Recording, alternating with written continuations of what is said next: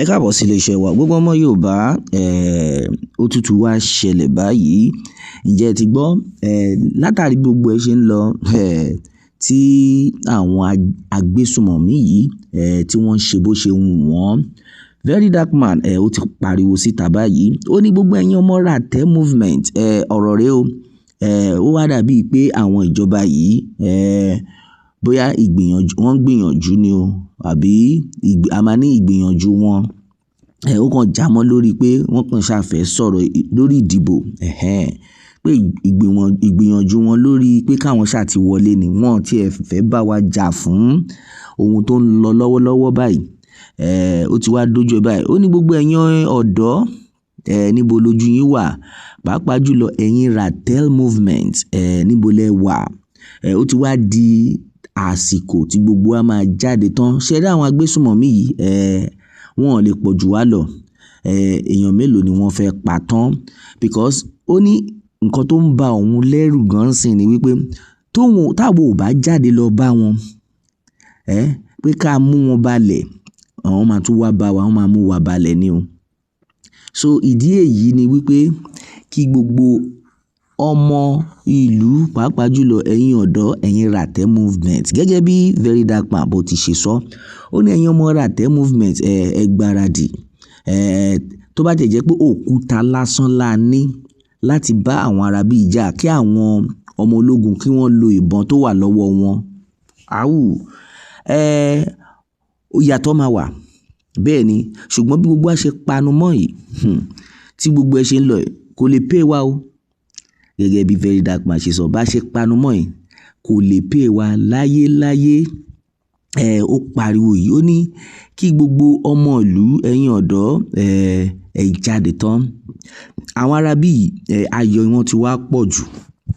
tó fi jẹ́ wípé wọ́n tẹ̀ believe pé kò sí nǹkan tí ọmọ ìlú fẹ́ ṣe pẹ̀lú bí ọmọ ìlú ṣe pọ̀ tó yìí tí gbogbo wa bá jáde ó pariwo Ràtẹ́ movement ẹ jáde síta ẹ jẹ́ ká fèsì àwọn arábí yìí a lè continue bí gbogbo ẹ ṣe ń lọ Verydarkman ó pariwo ní gẹ́gẹ́ bí ó ti ṣe sọ lédè Gẹ̀ẹ́sì ó ní get ready we are coming for you Verydarkman sends strong warning to Agbésunmomi.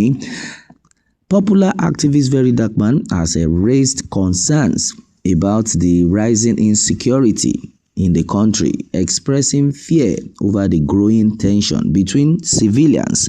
and security forces, as well as the ongoing threat of banditry and extremist group.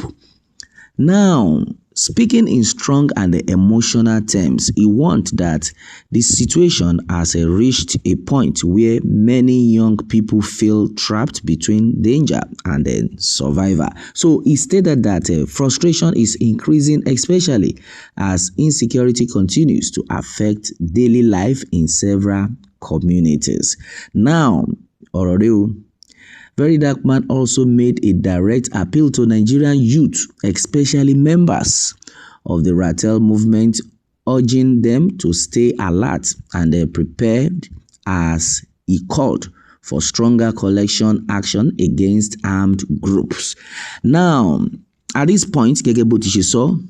I am scared because even if I don't go after them, they may still come after me. Nigerian youth, even if all we have are stones, we might end up throwing stones while the police and the army shoot their ìbọn. It has reached that point. We need to come together to drive these bandits away. Operation Move Them Out. Ràtẹ́, this generation will be the ones to pursue them. Ṣé ẹ gbọ́ bó ti ṣe sọ nìyẹn ó ní àwa ọ̀dọ́ ìwòyí àwa la máa jáde tán fún wọn tẹ́ bá wò lọ títí ẹ rí i pé àwọn arábí wọ́n wọnú igbó bọ́n ṣe ń wọnú igbó lọ tán jáde tí wọ́n kó àwọn èèyàn wọnú igbó tí wọ́n wọnú iléèwé in fact iléèwé ni gbogbo wọn wọ̀ báyìí ọ̀pọ̀lọpọ̀ àwọn ọmọ ọ̀dọ́ wọ́n gbẹnu rọ̀ àtẹ̀rí ibi táwọn kan tán lọ sí kí ló ń pè kíní tó ń ṣe TikTok live táwọn agbésùnmọ̀mí tí wọ́n láwọn fún wọn ní gift àwọn kan tí wọ́n lọ ń send account number wọ́n send account number bí táwọn kan ti ń send account number làwọn kan ti nípa àwọn tí ẹ fẹ́ join. So a need àti gather àwọn ọ̀dọ́ wa ká sọ̀rọ̀ gbá wọn lórí because ọ̀pọ̀lọpọ̀ wọn rí ẹni tó máa guide wọn. Wọ́n kàn wò pé okay since tó ti wà báyìí if you can beat them you join them ní ọ̀pọ̀lọpọ̀ àwọn èèyàn ọ̀nà tí wọ́n ń gbé gbà báyìí. If you cannot beat them you join them, but ó yẹ kó máa lọ bẹ́ẹ̀. Bẹ́ẹ̀ ni kò yẹ kó máa lọ báyìí àfi kí Elédùmarè kó ṣàánú wa ni. Lọ́wọ́ yìí bí gbogbo ẹ ti ṣe ń lọ everybody need láti jáde tán. Everybody need láti jáde tán because gbogbo nǹkan táwọn arábí tí wọ́n ń ṣe kò make ẹ̀ rárá. Ó ti pariwo gbogbo ẹ̀yin ọ̀dọ́ I need àti jáde síta because àwọn Agbésunmomi wọ́n ti wò pé ó dàbí ẹ̀yin gan ẹ ti ń gọra yín. Nǹkan tí olóyè Sunday Igboho ń pariwo rèé. Irú ẹkùn ẹ káàbọ̀ sí Nàìjíríà ẹ kúṣẹ́ takuntakun tẹ́ ń ṣe nílẹ̀ Yorùbá o.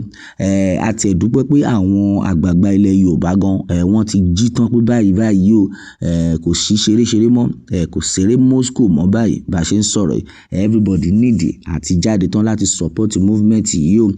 because tá bá ní pé ká máa dúró de ìjọba lọ́nà ìjọba náà àwọn ìjọba according to ìjọba làwọn ń ṣiṣẹ́ wọn but iṣẹ́ tí ìjọba làwọn ń ṣe yìí sí àwọn ọmọ Yorùbá sí gbogbo ọmọ ìlú iṣẹ́ yìí kò tí ì débi tó yẹ kó dé o. Àsìkò dẹ̀ ń lọ